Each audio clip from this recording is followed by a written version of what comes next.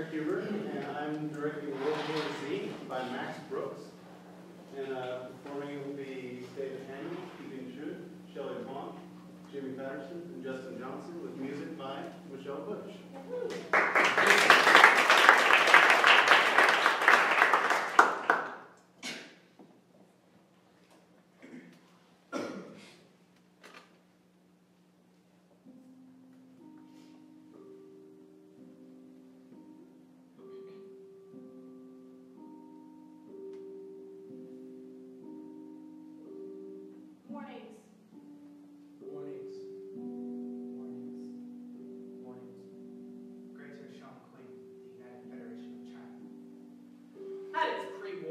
The region boasted a population of over 35 million people.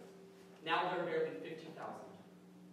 Reconstruction funds have been slow to arrive in this part of the country, with the government choosing instead to focus on the more densely populated coast.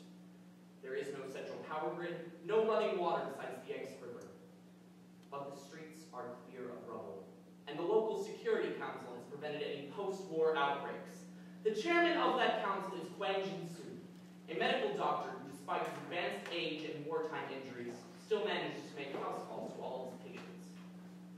First outbreak I saw was in a remote village that officially had no name. The residents called it New Dashang. But this is more out of nostalgia than anything else. The previous home, Old Dashang, had stood since the period of the Three Kings. With farms and houses and even trees said to be centuries old. When the Three Gorges Dam was completed, And the reservoir waters began to rise. much of Dashang had been disassembled, brick by brick. Then rebuilt on higher ground. This new Dachang, however, was not much of a town anymore, but more of a national historic visit. It must have been a heartbreaking irony for those poor To peasants. see their town saved and only being able to visit it again as a tourist. Maybe that is why some of them chose to name their newly constructed hamlet New Dashang, To preserve some connection to their heritage. even if it was only in name. I personally didn't know that this other new Dachang existed. So you can imagine how confused I was when the call came in, The hospital was quiet.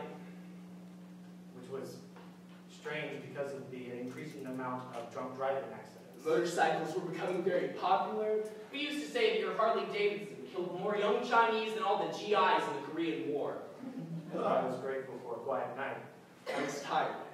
My back and feet ached. I was on my way out to watch the dawn and smoke a cigarette when I heard my name. The receptionist that night was new and couldn't quite understand the dialect. There had been an accident. Or an illness. It was an emergency, that part was obvious. Did they send some help at once? What could I say?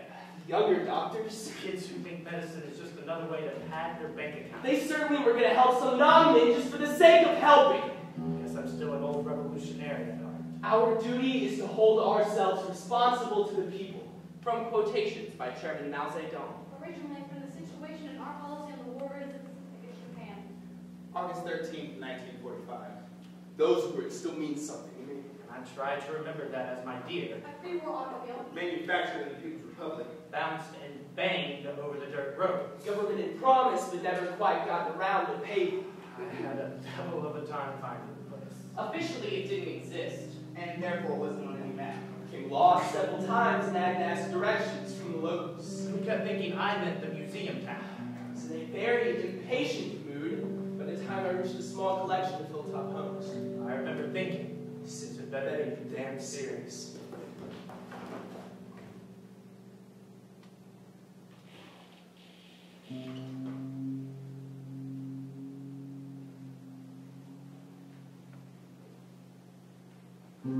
once I saw their faces, I regretted my wish. There were 7. All on yachts. Barely conscious. Villagers had moved them into the new communal meeting hall. Walls and floor were bare cement. The air was cold and damp. Of course they're sick. It's the villagers who had been taking care of these people. Said no one. It wasn't safe. I noticed that the door had been locked from the outside. The villagers were clearly terrified. They cringed and whispered. Some of them kept their distance and prayed. Their behavior made me very angry. And none of them, you understand. Not as individuals. But what they represented about our country. Not after centuries of foreign oppression, Exploitation. And humiliation. We were finally reclaiming our rightful place as humanity's middle kingdom. We were the world's richest and most dynamic superpower. Masters of everything from outer space To cyberspace. It was the dawn of what the world was finally acknowledging as the Chinese century. And yet so many of us still live like these ignorant peasants. Stagnant, superstitious as the earliest change, so savages. Still lost in my grand cultural criticism when I knelt to examine the first patient. She was running a high fever, 40 degrees centigrade. almost shivering violently. Barely coherent. She whimpered slightly when I tried to move her limbs. There was a wound on her right forearm. A bite mark. As I examined it more closely, I realized that I could not have been from an animal. Bite radius and teeth marks had to have come from a small and possibly young. A human being. Although I hypothesized this to be the source of the infection, The actual injury itself was surprisingly clean. I asked the villagers again, Who had been taking care of these people? Again, they told him no one. this cannot be true. Human mouth is packed with bacteria. Even more so than the most unhygienic dog. No one had cleaned this woman's wound. Why wasn't the wound throbbing with I infection? examined the 6 other patients. All showed similar symptoms. All had similar wounds on various parts of their bodies. I asked one woman, the most lucid of the group, Who or what had influenced these injuries? She said that it happened when They had tried to subdue him. Who? Yes.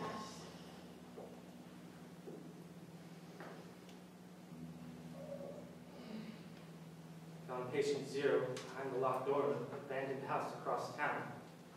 he was 12 years old. His wrists and feet were bound with plastic packing twine. Although he forgot the skin around his bonds, There was no blood. There was also no blood on his other wounds. Not only gouges on his arms or legs, or a big dry gap where his right big toe had been. Writhing like an animal. The gag muffled his growls. At first, the villagers tried to hold me back. they warned him not to touch That it. he was cursed! Shrugged them off, and I reached for my basking gloves. His skin was as cold and gray as the skin which he lay on. I could find neither his heartbeat Nor his pulse, His eyes were wide. wide and sunken back in their sockets. They remained locked on you like predatory beasts. Throughout the examination, It's inexplicably hostile. reaching at me with his bound hands. Snapping at me through his gag. I ordered for the orderlies to come help me, but Initially, they wouldn't budge. Cowering in the doorway like baby I rabbits. explained that there was no risk of infection if you just used masks and gloves. when they shook their heads, I made it in order, even though I had no lawful authority to do so.